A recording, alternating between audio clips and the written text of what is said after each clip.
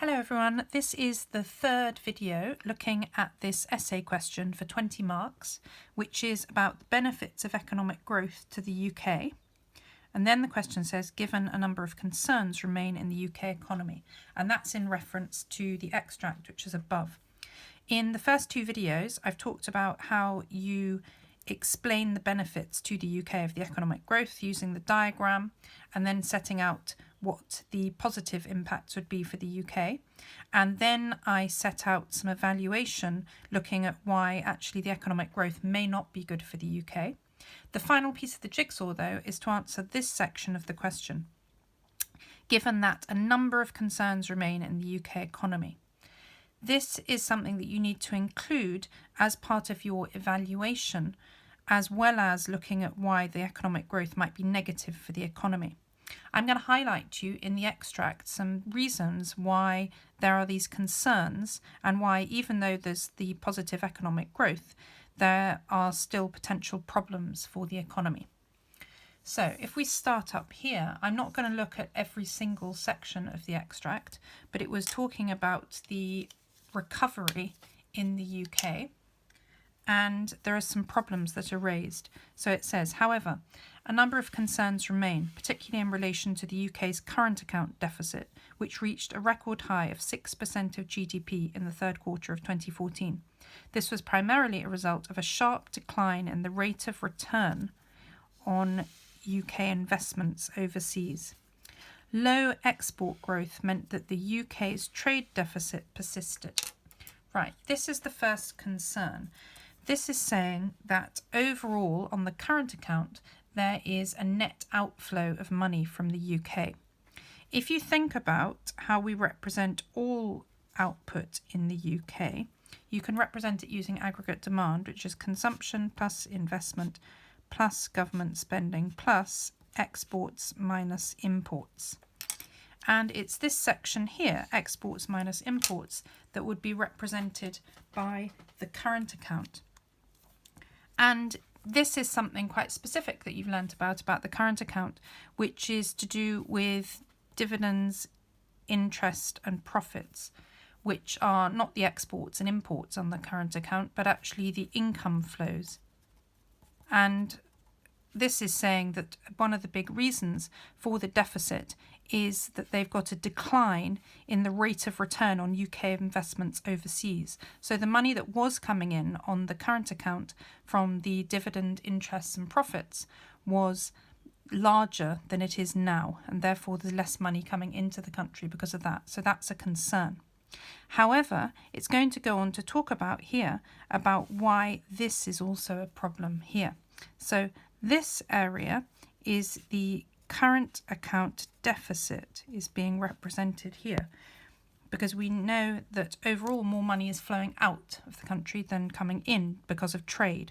This means, therefore, if this is in deficit, this number here at the end that you are adding on to C, I and G, this number is negative. And this is a concern for the economy because they're actually losing money on the net exports. The next issue to particularly draw your attention to is down here. It says the annual growth of UK exports had reached just 2.7%.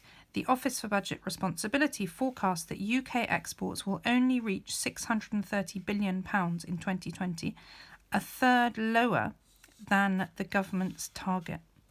So what's happening is that the economy isn't exporting enough, and this is expected to not meet their target that they have. So they're not exporting enough. So this is also a concern. The next point of particular concern is here that it says exports and services continued to grow in 2015, but the UK's goods industries were struggling. And we know this about the UK economy, that we are very strong in exporting services, for instance, education, tourism, financial services. But when it comes to manufactured goods, we aren't as competitive internationally and we don't export as many of those. And this is drawing attention to that particular problem.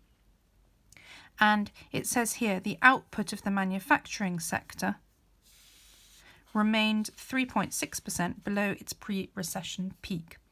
And this is a big problem in the UK that the government is trying to address, that the amount that we're exporting, that we're manufacturing, isn't significant enough to stop us from having this current account deficit. The next particular point is here. It says households, meanwhile, are set to become even more indebted over the coming years. That means that consumers are borrowing money to consume things. It's projected that the household gross debt to income ratio will increase by 26 percentage points between 2015 and to 2020, returning to levels last seen before the global financial crisis.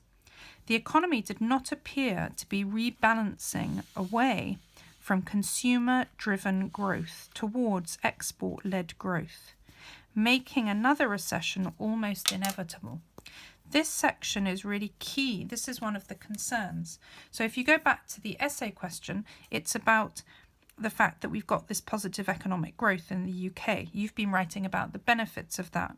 But what this points out is that even though there are benefits to the economy from this economic growth, it doesn't look as if it's going to be sustainable, as if the economic growth is necessarily going to carry on in the long term. And this is drawing attention to the fact that it's the consumption which is driving a lot of our output, this section here of the aggregate demand. We know that in the UK, consumption makes up approximately 65% of all of AD. And what this is drawing attention to is the fact that people are borrowing in order to do all of that consumption. We aren't making lots of our output due to net exports. In fact, we have a current account deficit and more money is leaving the economy than coming in from this aspect here. But lots of AD is being made up from consumption, and people are borrowing money in order to do that. If you had something like an increase in the rate of interest just slightly, that will mean that people who have borrowed a lot of money to do all of this consumption suddenly won't be able to consume as much, and suddenly they'll be struggling to repay their debts. Consumption will fall, and then we could actually see output going down, because if consumption falls significantly, ceteris paribus, aggregate demand would also fall. And that's why they say that another recession is almost inevitable. I'll carry on explaining in the next video.